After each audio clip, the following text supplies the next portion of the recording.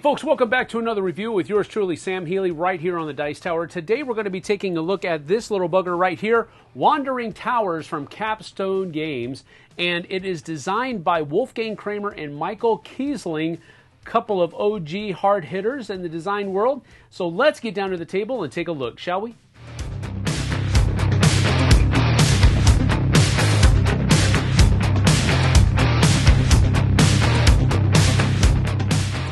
Alright, so as we're taking a look at Wandering Towers, I have a 4-player game set up for you. The only real difference here is that they really recommend that you only use 2 spells to work with, but they also say that you can use a random number of spells. So I just rolled a die and I got 5, so I put out 5. Having more spells in the game makes the game a little bit more strategic, and I like a little bit more strategy in games, so there you have it.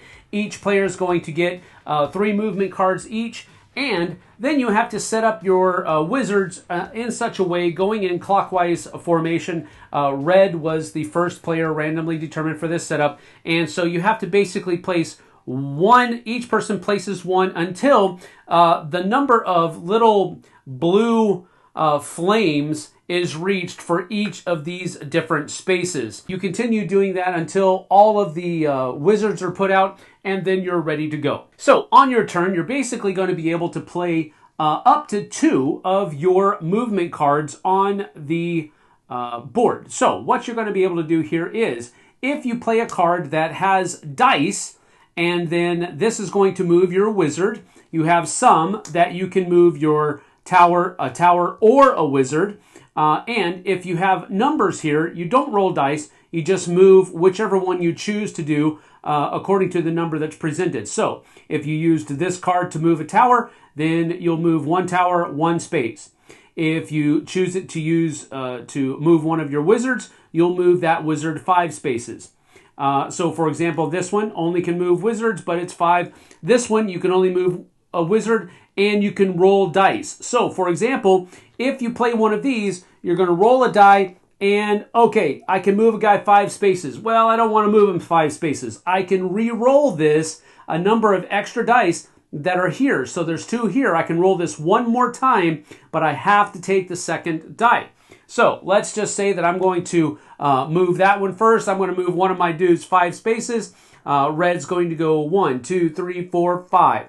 So just like that, this one is played, and this stays there in the middle of the table. Now I can use one of these things to do another thing. So I'm going to choose to play this one, and I'm going to move a tower. When you move a tower, you're going to pick up a number of towers. In the beginning of the game, of course, you're just going to pick up this one. But if they're stacked like this, I can choose to move the top, or I can also choose to move all of these like this. But once you've chosen, you can't go back on it. So with this one right here, I'm just going to go ahead and move this one right here like this. Now, whenever you imprison some wizards like this right here, you get to flip over one of your potions and fill it. Now, the reason that flipping over potions is important is because you can use potions to do these spells out here, and they're really helpful. The second reason is that in order to win the game, you have to first of all get all of your wizards into Raven's Keep, but you also have to have all of your potion bottles full. You don't have to spend them all, you just have to have them filled, all of them filled, and all of your wizards in here in order to win the game. Imprisoning wizards is an important part of the game, and it's much easier to do it at the beginning of the game than later in the game. So that's one of the things that you have to, it's one of the choices you have to make as the game bears on. So right now, I've played my 2 cards, and now I have to refill my hand up to 3, and that's the end of my turn. Now, another thing that you can do on your turn, as it becomes green player's turn here, is maybe you don't like the cards that you have in your hand. You can choose to discard all 3 of them into the discard pile, and that allows you to move any tower of your choice exactly 1 space. So let's say that I wanted to move this guy over here, like so. That would actually allow me to do that, but then I would draw a hand of 3 cards back, and that's that. On Blue's turn now, we're going to go ahead and, let's see here. We're going to, first of all, move a tower 4 spaces. So this is going to go 1, 2, 3, 4, just like that. That allows me to flip over one of my potions. And then we're going to choose to do 3, and that's only tower. And so we're going to go 1, 2, 3, just like that. That imprisons some more people, so I get to turn over another potion. And now what I think I'm going to do is I'm going to choose to use one of my potions, and I'll just put it over here like this. And that means that I'm going to be able to use this spell right here to move any tower that I want exactly 2 spaces. So I'm going to take this one and go 1, 2, like that. And that's the end of my turn. I'll refill my hand to 3 cards, and now it's yellow. Yellow is going to use one of their cards to move a tower twice. So I'm going to go 1, 2, just like this. And that allows them to flip over one of their potions. And then, let's see here. We will move a tower 3 spaces. That's 1, 2, 3, just like that. That doesn't do anything else for us. And then we're just going to refill our hand to 3 cards. And that's the end of their turn. So then it comes back to Red's turn, and on his turn, he's going to first of all play a wizard can move 5, and he has a red guy right here. 1, 2, 3, 4, 5. Now, when you have a wizard that lands exactly where Raven's Keep is, you drop him inside just like that, and then you're going to move him to the next space that is open that has a Raven badge on it. Whether it is a tower like this, or like that right there, or another space on the track that is like this. But it has to be empty. So he's going to move all the way around over here, and he's going to be on top of that tower right there. But that ends Red's turn. He'll draw a card to replace up to 3, and that will be the end. I flipped these over earlier prematurely. I apologize for that. But this is how the game is going to continue. Once one player gets all of their potions filled and all of their wizards into Raven's Keep, that will constitute the end of the game. Please note, you don't have to spend all of your potions. You just have to get them all filled and have all of your wizards inside Raven's Keep.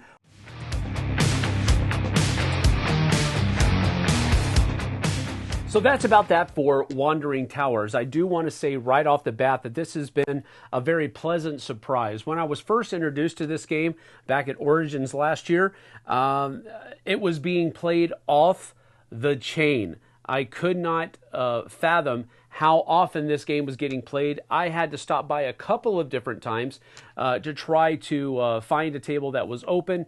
I got lucky at one point in the convention, and I was able to sit down and play a 4-player game of it, and I was hooked from the very beginning. Now, with that having been said also, they absolutely sold out of their contingent of Wandering Tower games there at Origins last year. So I knew from the very beginning that this was going to be a hit, and I wanted to try to get my hands on it as quickly as possible. Another general thought that I wanted to leave with you is that I did show you 5 different spells that were out there. They also come with 3 more. So there's actually 8 different spells in the game, and there's also a mini spell expansion where you can purchase 2 more spells to add to your mix as well. They do recommend that you just play with 2, and especially for your first game, the 2 basic ones where you can move a tower 2 spaces for 1 potion, or you can move your wizard 1 forward 1 space with spending 2 potions. So those are the 2 basic ones that they have you start off with, but you can free one of your trapped or imprisoned wizards. You can move towers backwards You can swap towers places. There's a number of different things here. You can move a wizard backwards 1 space. You can move Raven's Keep, which is important to note because you're absolutely not supposed to move Raven's Keep by itself. If it's on top of a tower that you're moving, that's okay. So that's something else. And then they also have a piggyback spell where if somebody is moving their wizard, you can play this when it's not your turn. You can spend the 2 potions necessary to activate this and go with them whenever they're moving. So that's an interesting thing as well. The 2 that come in the mini spell expansion is basically this one allows you to swap the movement values of either the the tower or the wizard. Or if it's one that just moves your wizard, you can use the numerical value to move your tower instead, and if it just moves the tower, then you can use it to move your wizard instead if you have that spell. Or you can actually pull movement cards off of the discard pile, even if it's one that you just played. So that's another cool little spell to have in there. But I just wanted to mention that in my final thoughts so that you guys could see how much more tactical the game could be if you use spells during the course of the game. But with that being said, let's get to my pros and cons.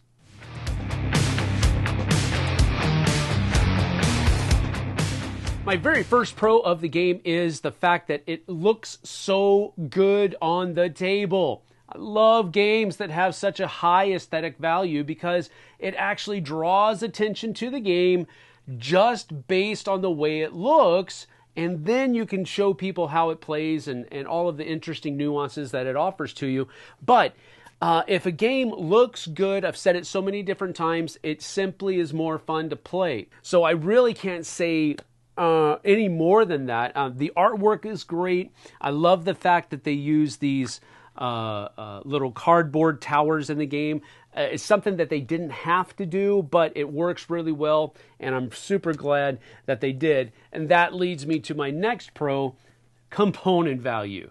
And frankly, these components are super, super awesome. Again, they're just cardboard. These aren't, and you'll have to put them together when you get the game.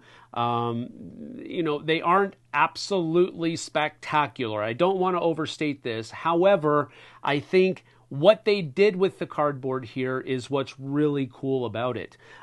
It's just a cardboard tower that you put together. They're not that difficult to put together, but you do have to take your time and be a little patient with it. But I love the fact that it just boosts the aesthetic value. I mean, the 3D aspect that these cardboard towers infuses into the game is just amazing. I really enjoy it that much.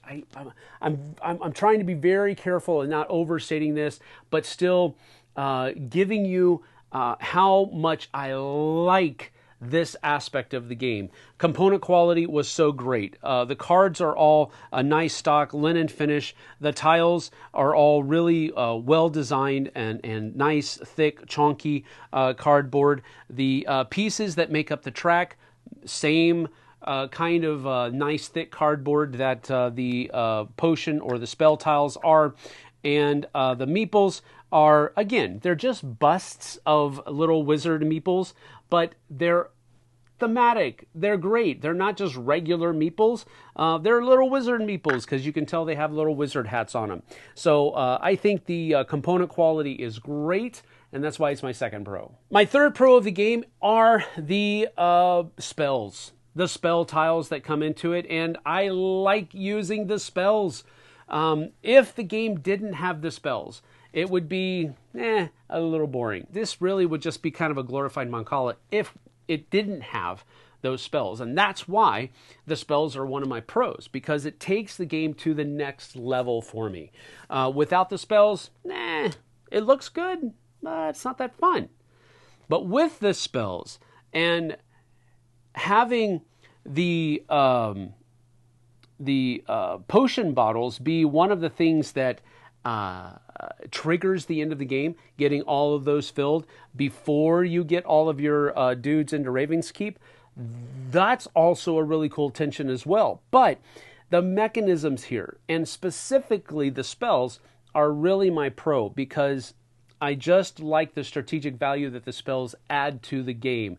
You're not just filling your potion vials to trigger the end of the game. You're filling those vials so that you can be eligible to win when you get all of your wizards into Raven's Keep, but you're also going to be using them toward that end. But I really, really, really enjoyed the spells. I thought that was the one thing that made this one really, really fun. My fourth pro of the game is going to be the fact that Raven's Keep moves whenever you have somebody that drops inside of it. And so that kind of keeps that goalpost moving, and it keeps the game fresh, and it keeps the game and the different mechanisms that it employs fresh and viable throughout the entirety of the game, rather than building up to a crescendo and then trailing off. Everything that you can do in the game, whether it's using spells, the different kinds of movement cards that are there, they're all viable, they're all useful, no matter what point in the game you're at.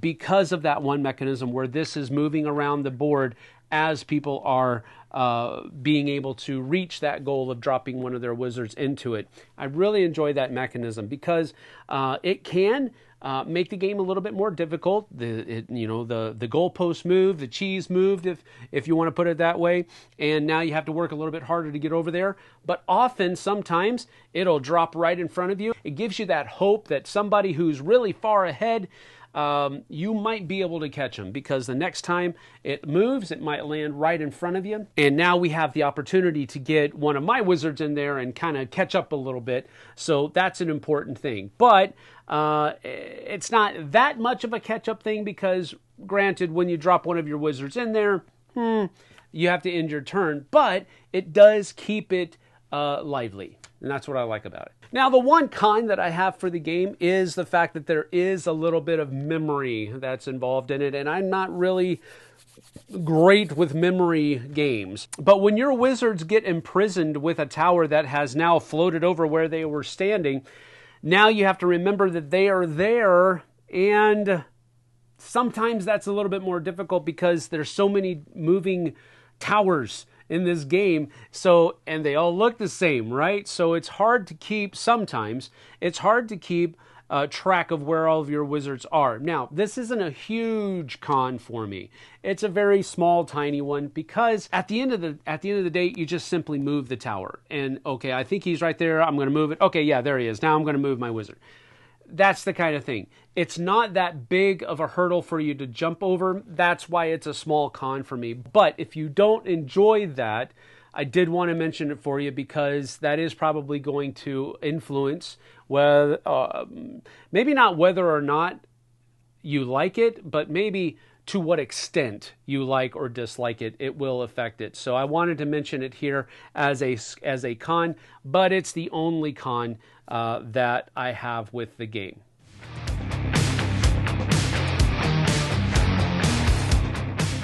So, my rating here on the Dice Tower is going to be a very strong 8 out of 10. I think it would be something that you should at least entertain the idea or the thought of going to pick up. If you're from the flip side, I do thumbs up over there, and this would definitely be 2 thumbs up for me. This is something that you should at least entertain the prospect of picking up, because I think it works very well in a number of different situations. Not only can you play it the way that I showed you how to play it, but there are no less than 1, 2, 3, 4 other variants in the back of the rule book here. There's a solo variant, which they split it up. You can use it without spells or with spells. There's a cooperative mode. There's a nasty variant where you can play, you can pay for spells that when it's not your turn to hamper the endeavors of somebody else, and you can pay as many potions as you want to fire off the same spell as many times as you want. So that's a pretty nasty variant. And then there's also a team variant as well. So there's no less than 5 different ways to play this game in a very short, concise rule book. So I think this is one of the things that really makes it a 2 thumbs up, strong 8 out of 10 for me. So with that having been said, I'm going to get on out of here. Thank you for joining me here on the Dice Tower. If you would, consider come checking out my channel over on the flip side. We'll see you there. If you do, Take care, folks.